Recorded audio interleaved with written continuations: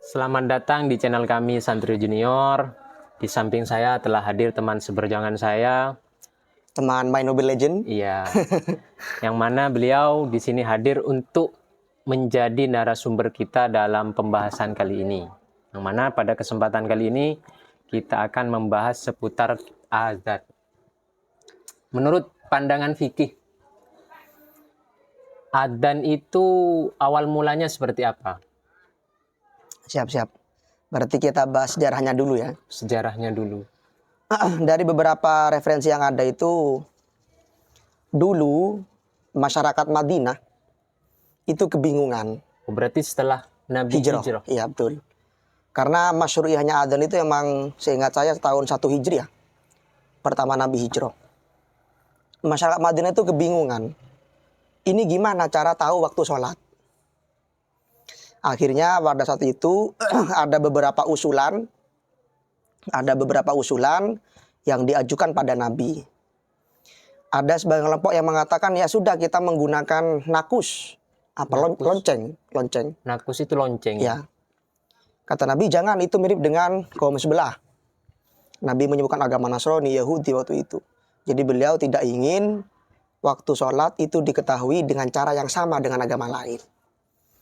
Akhirnya pada saat itu ada salah seorang sahabat yang beliau juga merasa bingung, ini gimana cara nentuinya.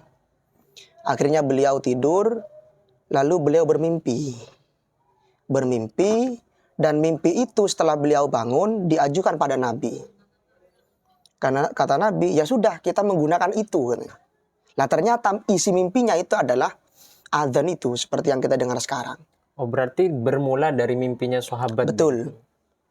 Akhirnya pada saat itu adzan disyariatkan untuk mengetahui waktu-waktu sholat. Waktu-waktu masuknya waktu sholat. Ya betul. Sebenarnya banyak permasalahan-permasalahan sederhana yang terkait dengan adzan. Yang saya alami sebagai orang awam begitu. Satu contoh, ketika adzan itu sebagai penanda waktu sholat. Betul. Kebanyakan di masyarakat itu, di tetangga-tetangga saya malah ketika anak baru lahir. Itu malah diadzani. Itu kan bukan waktu sholat. Betul. Menurut pandangan fikih seperti apa? Karena menurut saya yang awam begitu, itu sangat kebingungan kok tidak seperti masyru'iyahnya adzan. Karena adzan itu datang untuk mengetahui waktu sholat begitu, kok malah ini anak kecil diadzani. Iya. Sebetulnya ini tarik ulur terkait. Jadi ada sebuah hadis itu yang mengatakan bahwa pada suatu hari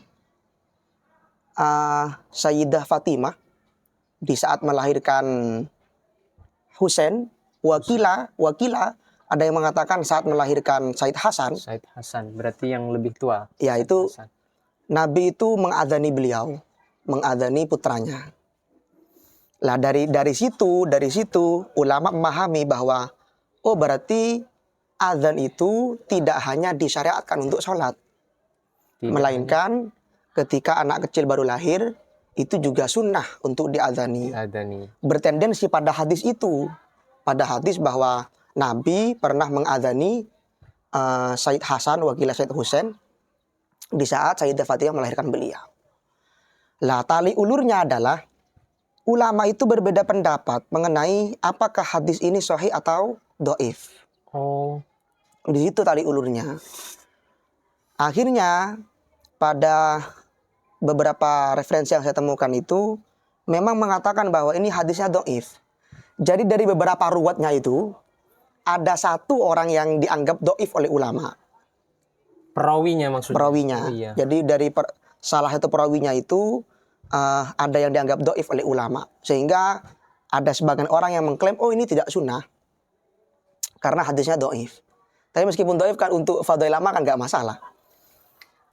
Lah dari beberapa referensi yang lain juga seperti yang di Sunan Tirmidzi itu beliau mengatakan bahwa ini hadisnya sahih. Menurut At-Tirmidzi. Iya betul. Sahih. Abu Isa At-Tirmidzi kalau nggak salah. Itu beliau mengatakan ini hadisnya sahih. Sehingga dari situlah ada sebagian orang yang menganggap oh ini tidak sunnah. Bahkan ada kelompok sebelah yang tidak menggunakan ini. Tidak mengamalkan Mengadzani bayi itu. Kalau secara hikmah yang saya ketahui itu, kenapa anak kecil kok diadzani? hikmah. Kenapa anak kecil Ya, diadzani? itu untuk iklam kalimat tauhid. Iklam. Jadi dia agar tahu ketika baru lahir dia tahu mendengar. Pertama yang didengar adalah kalimat tauhid begitu ya. ya. Betul. Daripada mendengar kata-kata jorok kan mending diadzani. Iya. Lah akhirnya sebagai ulama juga ini sama akhirnya dengan orang yang meninggal. Permasalahan mayit ketika dikubur itu kan diadzani dulu. Oh iya, itu diadzani sekaligus diikomati itu. Iya, itu kalau secara teks hadis sampai saat ini saya belum menemukan. Cuma kalau dari beberapa referensi fikih itu emang menggunakan metode kias. Jadi disamakan dengan ketika dia baru lahir ke bumi. Jadi kata ulama, masuk ke bumi, keluar dari bumi, itu sama-sama diadzani. Sehingga kata pertama adalah kalimat tauhid. Iya, kata terakhir juga tauhid begitu. Hikmahnya begitu. Itu kalau terkait secara adzan, kemudian terkait anak kecil dan juga yang akan dikuburkan itu. Sebenarnya masih banyak permasalahan yang terjadi. Salah satu contohnya itu ketika masuk waktu sholat, di kampung saya ada adzan, di kampung sebelah juga adzan. Adzan bersamaan begitu ya. Iya. Sehingga kebingungan ini setelah menjawab kampung saya selesai, apakah juga disunahkan lagi menjawab? Oh iya, itu juga marak di daerah kita ya. Iya. Ketika satu masjid adzan, masjid ini adzan secara bersamaan itu yang mana yang dijawabkan begitu? Ya, apakah yang lebih dekat? Ya. Kalau terkait adzan secara bersamaan itu kita perlu memilah dua kasus. Pertama adalah adzan yang tarotub. Jadi adzannya bergantian. Wahidin ba'da wahidin begitu. Ini adzan, ganti ini. Itu kalau menurut Syekh Zainuddin Al-Malibari, pengarang Mu'in itu yang kata teman Al-Malioboro itu kata teman-teman. Itu di sana dikatakan ya ajabal kullah. Jawab semuanya. Dijawab. Sunnahnya dijawab semua. Tapi kalau seingat saya pendapat dari Syekh Izzuddin Ibn Abdissalam, beliau mengatakan bahwa yang afdol jawab adzan yang pertama. Jadi semisal adzannya beruntun begitu, maka yang paling sunnah, yang paling afdol itu jawab yang pertama. Meskipun itu bukan kampung kita gitu ya. Betul. Kampung sebelah sudah betul, yang penting terdengar. Terdengar adzan duluan, maka yang kita sunnah jawab itu. Menurut Syekh Izzuddin Ibn Abdissalam saya ingat saya. Tapi menurut pengarang Fathul Mu'in malah itu dijawab semua. Itu kasusnya tarotub tapi wahidin ba'da wahid. Yang bergantian gitu. Iya. Yang beda itu ketika lau adzanu ma'an begitu. Kalau bersamaan. Bersamaan. Itu sebagai pendapat mengatakan takfi ijabatun wahidah. Jadi cukup menjawab satu adzan yang dia dengar. Semisal bersamaan satu masjid A, B, C begitu itu adzan bersamaan, maka sunnahnya itu cukup menjawab satu saja dari ketiga masjid itu. Oh, berarti pertimbangannya bukan ini masjid terdekat, masjid terjauh. Bukan. Cukup menjawab salah satu di antara tiga itu.